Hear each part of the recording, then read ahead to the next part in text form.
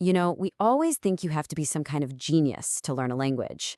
But what if the real secret is just being okay with messing up? Like a lot? Yeah, let's get into it.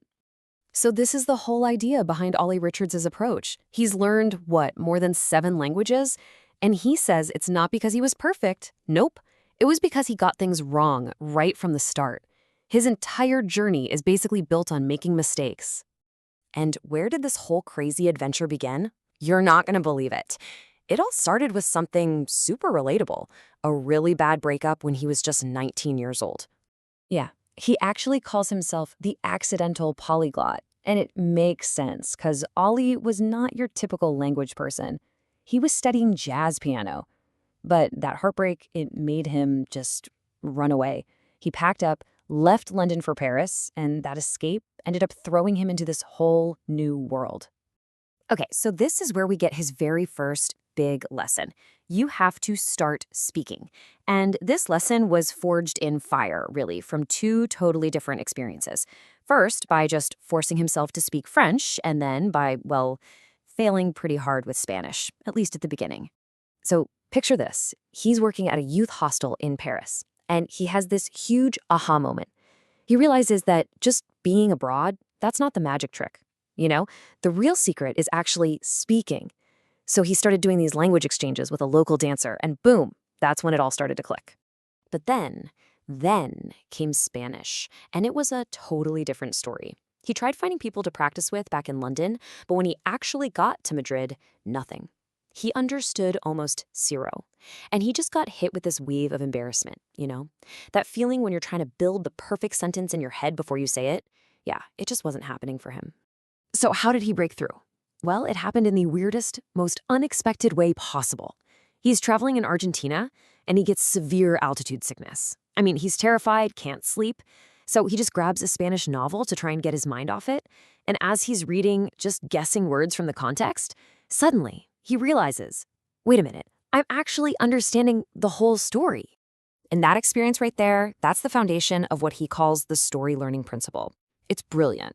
Instead of stressing out about every single grammar rule, he started to see the language as a whole picture. You find stories that are at the right level for you, and you just let the context fill in the gaps. It makes learning feel so much more natural, not like homework. Okay, but let's be real. You can't really plan on a near-death experience to learn a language, right? So what do? That brings us to lesson number 2, find your obsession. And he has a great name for this one, the Brazilian music principle. Here's the story. Long before he ever went to Brazil, Ollie got completely hooked on bossa nova music. He didn't understand a word of Portuguese, but there he was, trying to figure out the lyrics, learning the chords on his guitar, singing along to all these songs. He was basically creating his own little immersion bubble without even knowing it. And that's the real magic right there. When you find something you're genuinely obsessed with, the language isn't just a subject anymore. It's not something you have to study. It becomes this thing that just takes over your evenings. You want to do it. You're not tempted to quit because you're having too much fun. So, the question for you is, what's your Brazilian music? Seriously, it can be anything. Maybe it's a TV show you can't stop watching, the ones with the crazy cliffhangers. Or maybe it's listening to the sports commentary for your favorite team. It could be a dance class, video games, literally anything that just grabs you and won't let go. All right, but let's be honest, passion isn't always enough, right? Sometimes you just get stuck. So what do you do then? This is where we get to lesson 3, use smart constraints. And we can see this play out perfectly in his stories about learning Italian and Japanese. With Italian, he did something kind of crazy. He made this public challenge on his YouTube channel, and the rule was weird. He banned himself from speaking any Italian for 30 days. He could only listen and read. That's it. And the result? After a month of just soaking it all in, he gets on a call with a tutor, and the language, it just started flowing out of him, naturally. Now, Japanese, that was the polar opposite. He got a little overconfident. He thought, hey, I'll just move to Japan, I'll be immersed, I'll be fluent in 6 months. But the reality was, his job was teaching English. His friends all spoke English. So he ended up spending 2 years pretty much alone with his textbooks, just spinning his wheels and getting nowhere. And he's super honest about how much of a failure this felt like. People were starting to call him the language guy, and here he was feeling like a complete and total fraud. It just goes to show you, Even the experts hit a major wall sometimes. So what was the fix? How'd he get out of that rut? It was actually surprisingly simple. He just went back to what he knew worked. He went back to the very first thing he did with Frenchie, just simple, consistent, low-pressure conversations in cafes around Tokyo. He went back to basics. Okay, on to the final lesson, and this one is so important. Lesson 4, enjoy the process. This is everything, especially when you start tackling those languages that feel, impossible. It's about finding the real reward in the journey itself. So take Cantonese. It's one of the toughest languages to learn. And when he decided to tackle it, he was completely fried. Burnt out from work, a master's degree, he had zero time or energy for textbooks. So what did he do?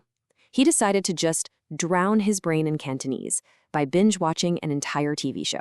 All 96 episodes of it. Then you have Arabic. He's in Cairo, and he quickly realizes the formal textbook Arabic is not what people are actually speaking on the street. So he just ditched the books. Instead, he started learning the real practical phrases he needed for daily life, directly from the people around him, his coworkers, shopkeepers, everyone. And this is where it all pays off. He's in a taxi one night, and he ends up having this deep, philosophical conversation with the driver about God, about the universe, just this incredible, surreal human connection. All happening in Arabic. And you can bet none of that was in a textbook. So when you look at all these stories, French, Spanish, Japanese, Arabic, what's the one thing they all have in common? Let's boil it all down. Let's talk about what Ollie's journey means for your language learning story. It really comes down to this simple toolkit. Number 1, just start speaking. Don't wait. Number 2, find your obsession, that thing you love. 3, use smart constraints to push yourself. 4, and this is a big one, if you get stuck, go back to basics. And finally, through it all, enjoy the process. Look, this whole journey is going to be messy. It's going to be full of mistakes, but it's also full of these incredible breakthroughs. And yeah, maybe even a few life-changing conversations in the back of a taxi. So after hearing all this, the only real question left is, what's the first chapter of your language story going to be?